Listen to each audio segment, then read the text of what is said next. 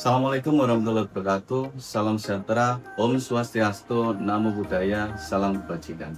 Perkenalkan, saya Heri Nur Cayanto. Saya adalah dosen S1 Ilmu Keperawatan, khususnya keperawatan dasar, pada program studi S1 Ilmu Keperawatan dan Profesi Nurse, Fakultas Kesehatan, Institut Kesehatan dan Bisnis Surabaya.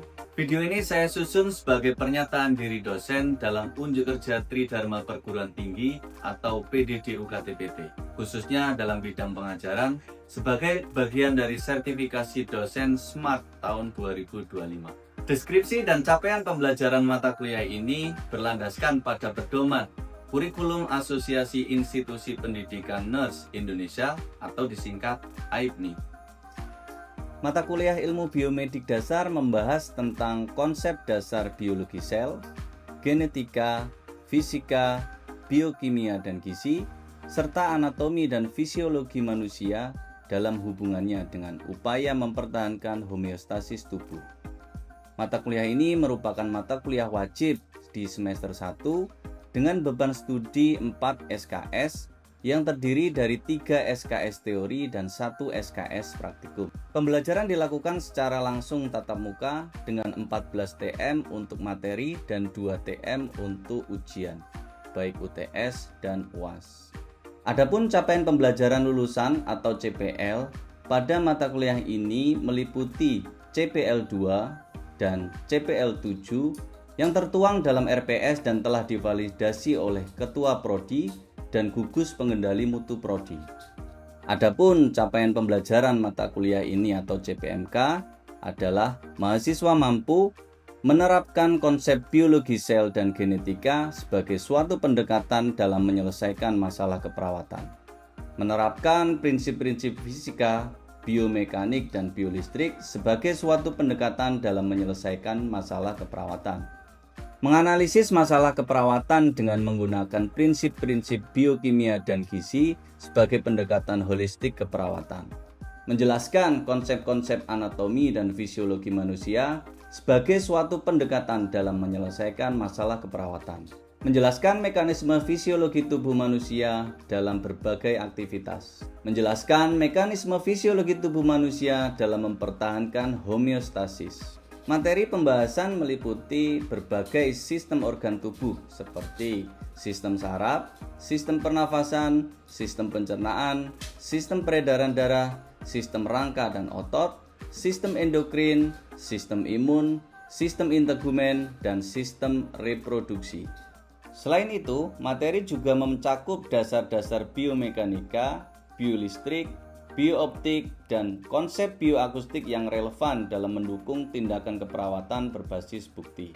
Penguatan pembelajaran juga dilakukan melalui integrasi prinsip biokimia dan gizi sebagai pendekatan holistik keperawatan serta penerapan pembelajaran berbasis masalah atau PBL dan diskusi kelompok. Metode pembelajaran dalam mata kuliah ini adalah lecture, interactive lecture, mini lecture, SGD atau Small Group Discussion, Problem Based Learning, dan praktikum.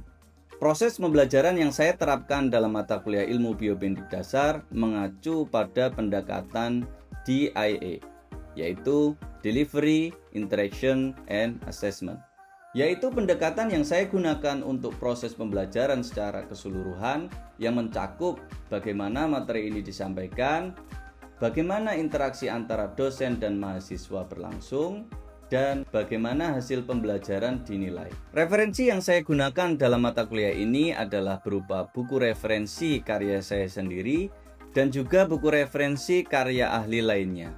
Selain itu, saya juga menggunakan artikel jurnal bereputasi yang memiliki nilai kebaruan agar mahasiswa mampu mengikuti perkembangan ilmu pengetahuan dan teknologi masa kini.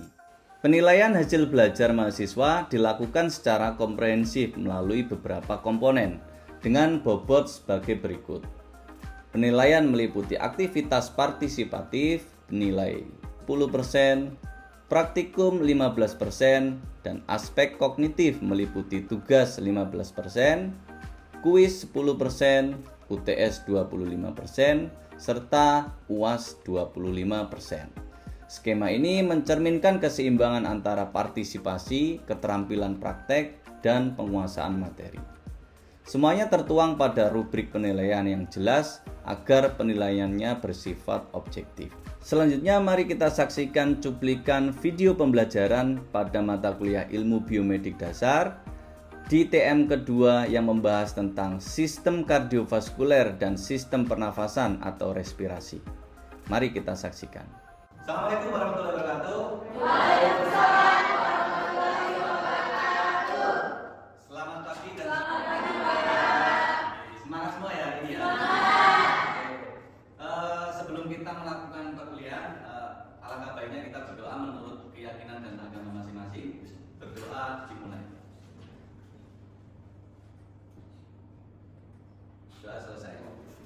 Selama 150 menit ke depan kita akan melakukan perkuliahan yang membahas tentang sistem kardiovaskuler dan sistem respirasi atau pernafasan. Sebelum mulai perkuliahan, saya ingin kalian fokus dulu. Oke, boleh berdiri?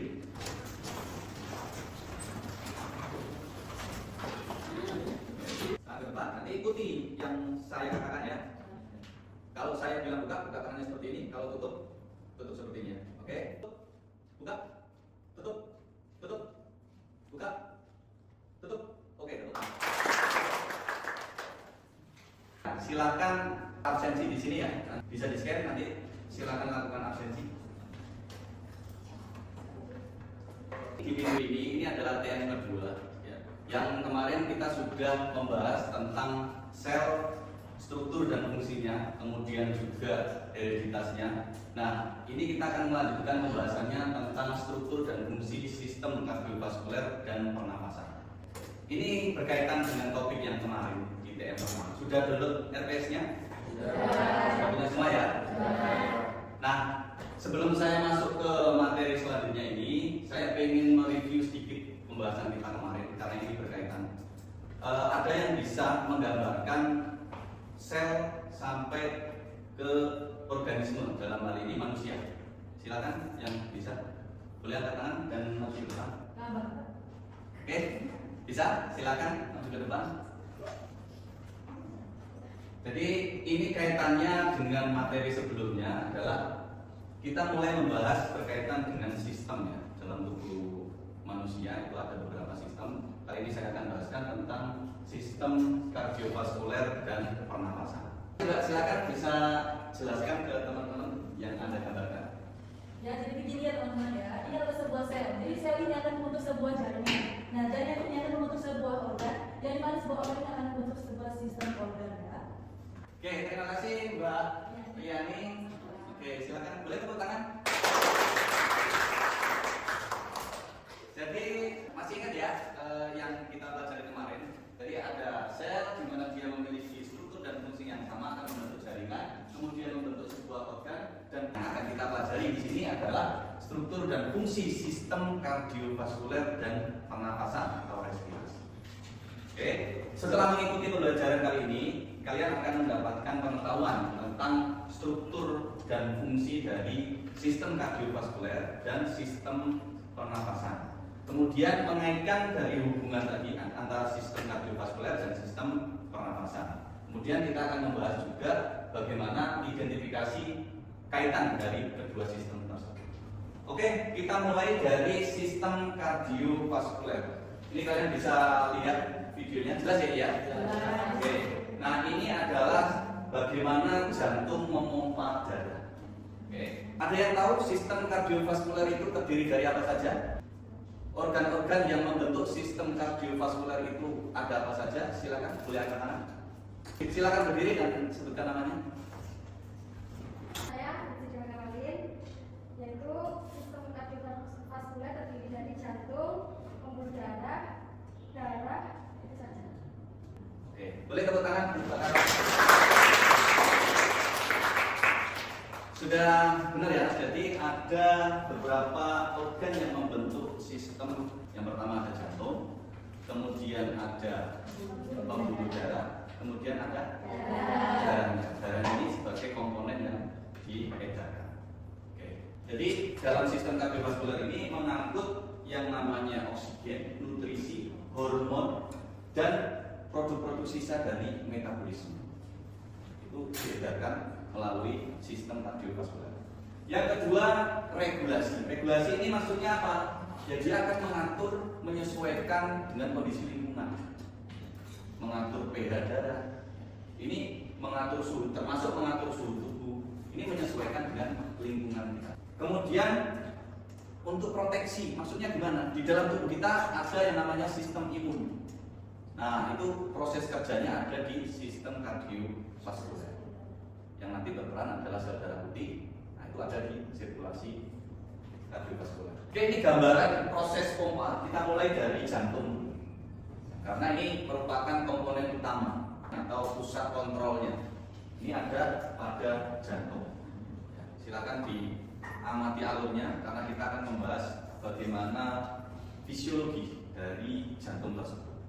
Kemudian ini adalah bagian-bagian dari jantung manusia. Ini jantung manusia ada 4 rongga. Jadi masih ingat ada serambi kanan, serambi kiri, bilik kanan, bilik kiri. Masih ingat ya? Oke. Nah, itu dia akan dibatasi oleh katup-katup. Ini ada katup-katupnya. Antara bagian kanan dan kiri nanti ada bagian pemisahnya, namanya interventricular septum. Kemudian di sini ada pembuluh-pembuluh darah yang besar. Jadi ini yang dimaksud organ jantungnya, kemudian pembuluh darahnya, kemudian materi yang diangkut itu adalah darah. Jadi ada 3 komponen sistem kardiovaskular. Ini yang saya sampaikan tadi, ada serambi kanan atau atrium dexter, kemudian bilik kanan ventricle dexter. Yang sebelah kiri yang dibagi tadi ya, serambi kiri dan bilik kiri, atrium sinister, ventricle sinister. Kemudian dipisahkan lagi oleh katup-katup ya. Di sini ada katup tricuspidalis, kemudian ada katup biguspidalis, katup pulmonalis dan katup aorta. Masing-masing ini nanti yang akan menyebabkan suara jantung kalian. Nah, suara jantung kalian kan ada bunyi. Nah, itu adalah efek dari buka tutup dari katupnya tadi. Kemudian ada vena cava superior dan vena cava inferior. Ya, superior itu artinya di atas, inferior artinya di bawah. Ini secara tampilan. Ya, superior dan inferior. Ada yang warna biru ini. Ini yang mengarah ke paru-paru. Nah, sebutannya adalah arteri pulmonalis. Kalau vena kan kembali ke jantung. Nah, yang kenapa kok ini mengarah ke paru-paru? Warnanya biru. Karena ini nanti yang akan berkaitan dengan sistem pernafasan. Jadi hati-hati. Ada arteri pulmonalis. Berarti dia mengarah ke paru-paru. Cara memahaminya seperti itu. Jadi ada, pokoknya kalau vena itu kembali, kalau arteri itu keluar, berarti nanti yang dari paru-paru ke jantung namanya apa? Ini adalah bagaimana aliran darah manusia dalam sistem kardiovaskuler itu dialirkan. Jadi ada pulmonary vein atau vena pulmonari, kemudian ada arteri pulmonari. Ya. Kalau misalkan dia arteri pulmonari, berarti ini yang dari paru-paru, pulmo itu artinya paru-paru. Kemudian masuklah ke bagian jantung kanan. Ya, jadi ini jantung kiri, ini bagian jantung kiri. Tadi ada apa saja? Ada serambi kiri, bilik kiri. Kalau kanan, serambi kanan, bilik kanan. Nah, ini yang menjelaskan nanti bagaimana oksigen atau gas itu akan bertukar. Jadi misalkan yang dari paru-paru, yang dari paru-paru, berarti dia akan kaya oksigen karena dia akan mengangkut oksigen dari paru-paru ke jantung. Kemudian jantung akan diedarkan ke seluruh tubuh. Kalau yang dari seluruh tubuh ke jantung, ini dikirim lagi ke paru-paru. Ya. Kemudian dari paru-paru kembali ke jantung. Kenapa kok tadi dikirim ke paru-paru? Karena untuk mengeluarkan gas atau karbon dioksida, sehingga dia bisa keluar. Di sini nanti ada pembuluh darah jantung, namanya arteri koronari. Kalau vena ya berarti vena koronari. Jadi jantung itu kerja kan juga butuh nutrisi, ya kan? Kalau dia nutrisinya kurang, ya maka dia akan mengalami kerusakan. Nah, yang mengirim nutrisi ini atau lewat nutrisinya ini ya lewat arteri koronaria. Jadi di sini nanti dia akan mendapatkan suplai nutrisi untuk dia memompa. Ini yang istilahnya pernah kita dengar heart attack atau serangan jantung. Berarti jantungnya yang mengalami kerusakan. Kenapa kok jantung mengalami kerusakan? Karena dia suplai nutrisi ke jantungnya yang kurang. Maka dia akan mengalami kematian sel. Sehingga kalau selnya rusak, kembali nanti organnya juga akan mengalami kerusakan. Satu organ ini rusak, tadi kan ada 3 komponen, jantung, pembuluh darah, sama darahnya. Nah, ketika jantung ini dia mengalami kerusakan, maka sistem akan terganggu. Jadi sistemnya akan terganggu. Sistem yang terganggu ini tentu saja akan mempengaruhi sistem yang lain. Misalkan, contoh ini ya, ini jantungnya dia mengalami infak miokard atau ada kematian sel pada jantungnya, sehingga dia pompanya lemah karena ada kematian sel. Yang pompanya awalnya gini, nah, terus menurun. Tentu saja nanti suplai darahnya juga akan turun. Suplai darah turun, maka pasokan oksigen dan karbon dioksida akan terganggu. Ya, tentu saja itu akan mempengaruhi sistem yang lain. Oke, selanjutnya adalah pembuluh darah. Tadi ya sudah kita bahas tentang bagian atau salah satu komponen dari sistem kardiovaskuler adalah pembuluh darah. Nah, pembuluh darah ini ada 3, yakni arteri, vena, dan kapiler. Kapiler ini adalah pembuluh darah kecil, nanti itu tempat bertemunya antara arteri dan vena. Fungsinya arteri ini membawa darah meninggalkan jantung. Ya, arteri membawa darah meninggalkan jantung. Kemudian vena fungsinya membawa sebagai jalan yang tadi ya, membawa menjadi lintasan darah kembali ke jantung. Kemudian kapiler ini sebagai konektivitasnya. Ya, jadi antara arteri dan vena mengecil menjadi satu. Nah, diameter dari pembuluh darah kita ini bisa dipengaruhi oleh faktor eksternal. Misal pada saat kita terjadi perdarahan, maka dia akan mengecil, mengurangi darah yang keluar. Sekarang pembuluh darah kapiler. Pembuluh darah kapiler ini karena dia merupakan ujung-ujung. Kemarin kita bahas di sel ini ada proses metabolisme. Nah, proses metabolisme itu dia membutuhkan oksigen sebagai proses oksidasinya. Kemudian akan menghasilkan karbon dioksida. Nah, di sini nanti akan masuk di pembuluh darah kapiler. Sistol ini ketika otot jantung berkontraksi. Kemudian diastol ini ketika otot jantung relaksasi. Jadi misalkan ini tangan nih, saya genggam ini namanya kontraksi. Kemudian relaksasi ya relax. Nah, otot jantung juga seperti itu. Ya. Kalau denyutan ini satu siklus pompa dan menerima, jadi dia diisi, kemudian dipompa itu satu siklus, diisi, dipompa itu satu siklus. Kemudian kalau tekanan ini berkaitan seberapa kuat dia menekan. Ya, kalau kamu misalkan pompa ban, ada yang pompanya kayak gini, biasa aja. Ya. Kemudian ada yang, nah itu berarti tekanannya kuat. Sama di jantung juga seperti itu. Makanya nanti ada hitung nadi dan mengukur tekanan darah. Nah, yang menghitung nadi ini jumlah satu siklus denyutan ini. Diisi, keluar, diisi, keluar, itu satu siklus. Suara loop ini dihasilkan oleh penutupan dari katup mitral dan trictus vitalis. Sementara suara cub penutupan dari katup aorta dan pulmonalis. Jadi kalau misalkan katup ini dia dapat dorongan itu kayak ada suara. Normalnya ya hanya ada 2. Normal suara jantung hanya ada 2 loop. Tapi pada keadaan tertentu atau kelainan tertentu, mungkin ada robekan, mungkin ada kontraksi yang berlebihan, nanti suaranya akan berbeda. Mungkin nanti suaranya yang kalian dengar seperti ini, itu pada suara jantung yang tidak normal. Di jantung sirkulasi untuk konduksinya atau aliran listriknya ini ada mulai dari SA node, AV node atau AV block, kemudian serabut Purkinje.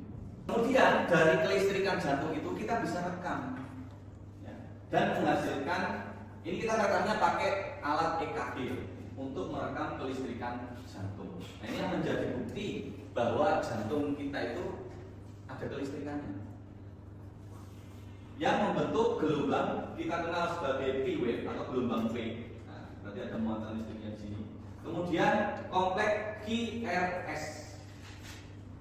QRS itu yang menjadi indikator atau indikasi ada kelistrikan di sini. Oke. Gelombang P, gelombang QRS. Sama kalau misalkan kamu latihan otot mau sepak bola atau mau tinju itu kan dideteksi kekuatan ototnya.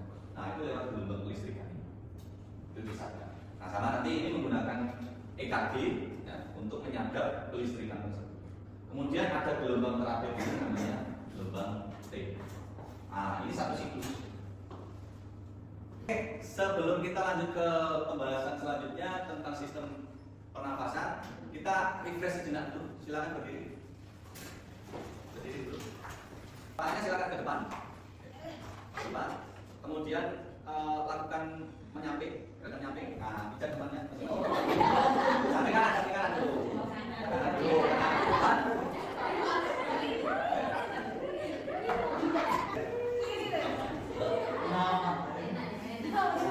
Oke, silakan ke depan. Silakan dulu.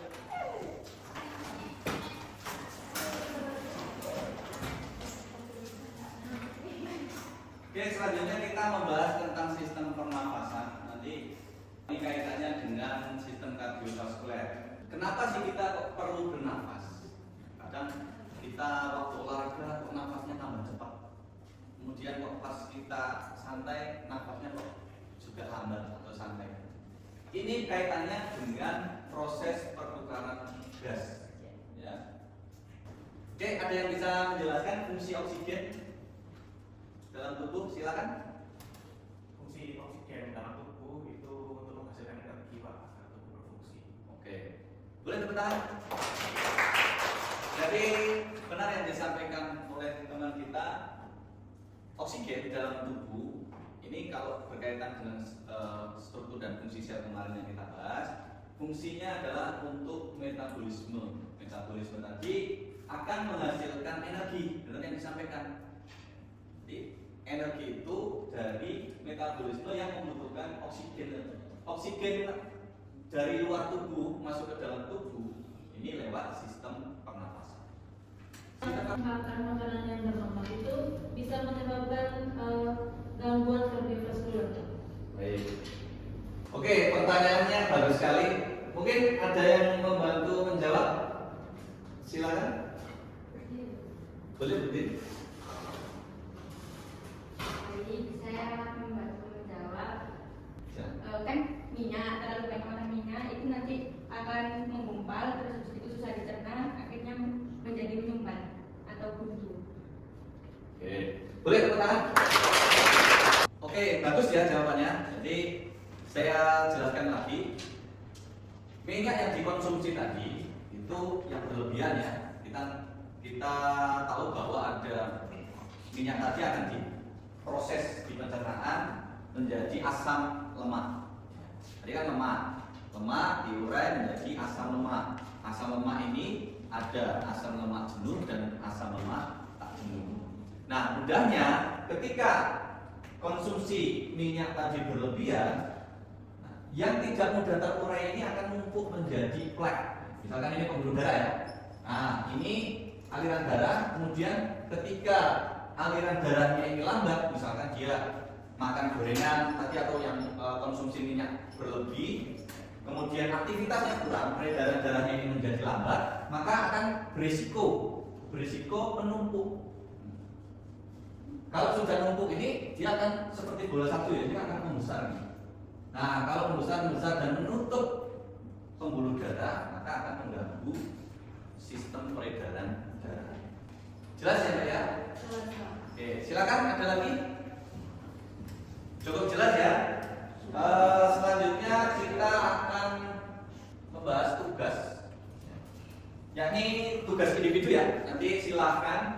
melakukan pencarian artikel di jurnal nasional maupun internasional yang terbaru.